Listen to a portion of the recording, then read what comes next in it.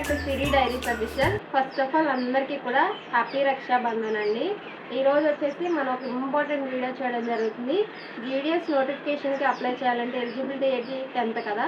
So దాంతోపాటు మీకు ఏమేమి డాక్యుమెంట్స్ కావాలి, అలాగే కంప్యూటర్ సర్టిఫికేట్ సంగతి ఏంటి, ఓకేనా, సైక్లింగ్ సంగతి ఏంటి, రూమ్ అకామిడేషన్ సంగతి ఏంటి, వీటన్నిటికీ కూడా ఈరోజు ఈ వీడియోలో కవర్ చేయడం జరుగుతుంది. బిఫోర్ గోయింగ్ టు వీడియో, ఈ వీడియోని లైక్ చేయండి. అలాగే ఇంకా మన ఛానల్ ఎవరైనా సబ్స్క్రైబ్ చేసుకోకపోతే మన ఛానల్ అయితే సబ్స్క్రైబ్ చేసుకోండి. సో దట్ మీరు చేయాల్సింది ఏంటి అంటే వీడియోని లైక్ చేయండి. సో దట్ ఏంటంటే చాలామందికి వెళ్ళట్లేదు మన వీడియోస్ అనేవి. వెళ్తే మీకులాగా వాళ్ళకు కూడా యూజ్ అవుతుంది. సో నేను చేసిన దానికి ఒక పర్పస్ అనేది ఉంటుంది కాబట్టి సో మీరు బిఫోర్ గోయింగ్ టు వీడియోని లైక్ చేయండి. అలాగే ఇంకా సబ్స్క్రైబ్ చేయకపోతే మీరు ఈ ట్రస్టెడ్ అండ్ జెన్యున్ ఇన్ఫర్మేషన్ కోసం మన ఛానల్ అయితే సబ్స్క్రైబ్ చేసుకోండి, ఓకేనా. ఇంకా వీడియోలోకి వెళ్ళి చూస్తే ఫస్ట్ డాక్యుమెంట్స్ ఏమేమి కావాలి అంటే ఆబ్వియస్గా 10th మార్క్స్ మేము ఒరిజినల్ ఉండాలి, ఓకేనా. 10th క్లాస్ మార్క్స్ మేము ఒరిజినల్ ప్లస్ మీకు క్యాస్ట్ సర్టిఫికేట్. ఇప్పుడు ఒకవేళ మీరు క్యాస్ట్ ఏదైనా సపరేట్గా వేరే కేటగిరీకి చెందిన వాళ్ళైతే ప్రతి ఒక్కరికి ఎస్సీ అయితే ఎస్సీ, ఎస్టీ వాళ్ళకైతే ఎస్సీ, ఓబీసీ వాళ్ళకైతే ఓబీసీ, ఈడబ్ల్యూఎస్ వాళ్ళకైతే ఈడబ్ల్యూఎస్, దట్టు మీరు మీ సేవ నుంచి రెన్యువల్ చేయించుకున్న క్యాస్ట్ సర్టిఫికేట్ అయితే తీసుకోవాల్సి ఉంటుంది, ఓకేనా. క్యాస్ట్ సర్టిఫికేట్ తీసుకోవాలి. 10th క్లాస్ మార్క్స్ ఏమో క్యాస్ట్ సర్టిఫికేట్, అలాగే దాంతోపాటు మీరు ఏం తీసుకోవాలి అంటే computer certificate.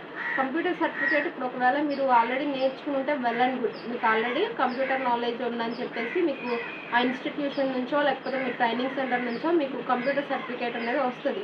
But in case ఎవరికైతే కంప్యూటర్ సర్టిఫికేట్ లేదో వాళ్ళు ఏం చేయాలి అంటే మీరు మీ దగ్గరలో ఉన్న కంప్యూటర్ నేర్పించే ట్రైనింగ్ సెంటర్స్ ఉంటాయి కదా, వాళ్ళ దగ్గరికి వెళ్ళి అట్లీస్ట్ ఒక 2-3 డేస్ నేర్పించినట్టు వాళ్ళు మీకు సర్టిఫికేట్ ఇస్తారు. అంటే కొంచెం వాళ్ళు ఛార్జ్ చేసి మీరు నేర్చుకున్నట్టు మీరు నేర్చుకుంటే మంచిదే, నేర్చుకున్నట్టు మీకు సర్టిఫికేట్ ఇస్తారు. కాకపోతే అది కొంచెం అమౌంట్తో కూడిన పని కాబట్టి మీ పేరెంట్స్ని పెట్టుకుని మీరు వెళ్ళి అక్కడ కంప్యూటర్ సర్టిఫికేట్ అయితే తెచ్చుకోండి. కంప్యూటర్ సర్టిఫికేట్ అనేది చాలా చాలా మ్యాండేటరీ.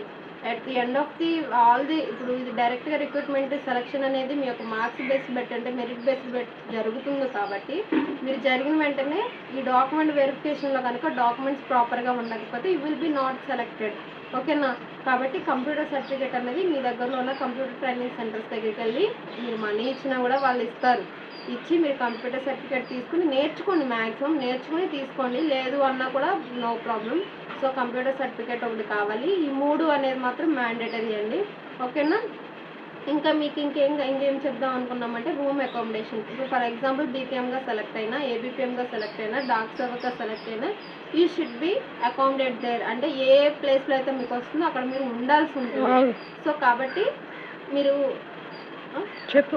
అక్కడ ఉండాల్సి ఉంటుంది. సో కాబట్టి మీరు ఆ రూమ్ అకామిడేషన్కి సంబంధించి వాళ్ళైతే ఎటువంటి మీకు రూమ్ అకామిడేషన్కి మనీ ఇవ్వరు. జస్ట్ ఆఫీస్ ఎస్టాబ్లిష్ చేసుకోవడానికి బీపీఎంకి మెయింటెనెన్స్ కింద 500 మాత్రమే ఛార్జెస్ ఉంటాయి.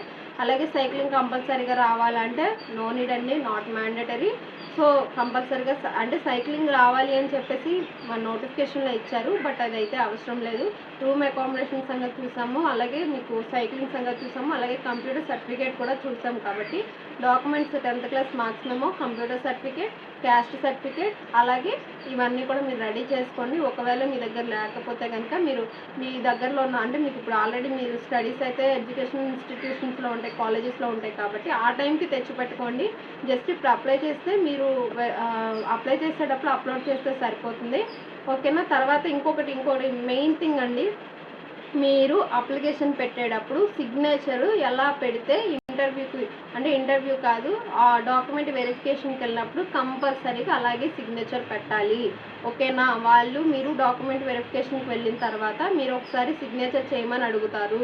అడిగినప్పుడు మీరు అప్లికేషన్లో ఎలా అయితే అప్లై చేసేటప్పుడు సంతకం పెట్టి స్కాన్ చేసి మీరు పెడతారు కదా.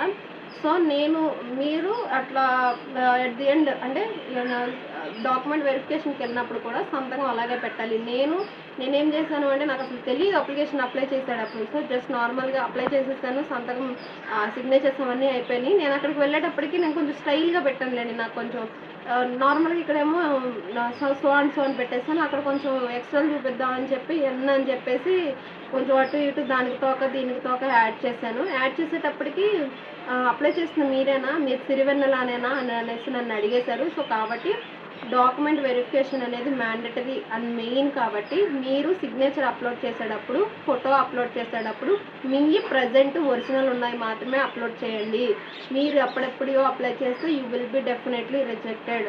ఓకేనా? ఈ వీడియో నచ్చిందని అనుకుంటున్నాను. అలాగే నెక్స్ట్ వీడియోలో మనం ఇంకా ఏం చేయబోతున్నామంటే, అసలు చాలామంది అడుగుతున్నారండి జీడిఎస్ నోటిఫికేషన్స్. నేను ప్రతి ఒక్క వీడియోలో మీకు క్లియర్గా ఎక్స్ప్లెయిన్ చేశాను, ఎలా అప్లై చేయాలని చెప్పేసి చేశాను. ఒకవేళ తక్కువ మార్క్స్ ఉంటే ఎలా అప్లై చేస్తే వస్తుందని కూడా చేశాను. ఇంకా మీకు ఏమైనా డౌట్స్ ఉంటే నాకు కామెంట్ బాక్స్లో టెక్స్ట్ చేయండి. అలాగే నేను చెప్తున్నాను, మీరు ఈ జాబ్లో ఇంట్రెస్ట్ ఉంటేనే రండి, లేదు అంటే చాలా రిగ్రెట్ ఫీల్ అవుతారు. కాబట్టి మీకు నచ్చితేనే ఈ జాబ్ ప్లేస్లోకి రండి. లేదు అంటే you can go and you can proceed with your studies. నేను ఒక సిస్టర్ లాగా మీకు గైడ్ చేయాలని అనుకున్నాను కాబట్టి మీకు జెన్యూన్ చెప్తున్నాను. ఓకేనా? ఇంకా ఎవరైనా సబ్స్క్రైబ్ చేయకపోతే సబ్స్క్రైబ్ చేసుకోండి. అలాగే మీ ఫ్రెండ్స్ అండ్ కొలీగ్స్కి షేర్ చేయండి. అలాగే ఇంకా ఏమైనా డౌట్స్ ఉంటే కామెంట్ బాక్స్లో టెక్స్ట్ చేయండి. అట్లీస్ట్ మీకు అర్థమైందనో, అర్థం కాకపోతే సమ్ XYZ డౌట్స్ అని చెప్పి కామెంట్ చేస్తే నాకు అర్థమవుతుంది. ఓకేనా? Thank you everyone for watching.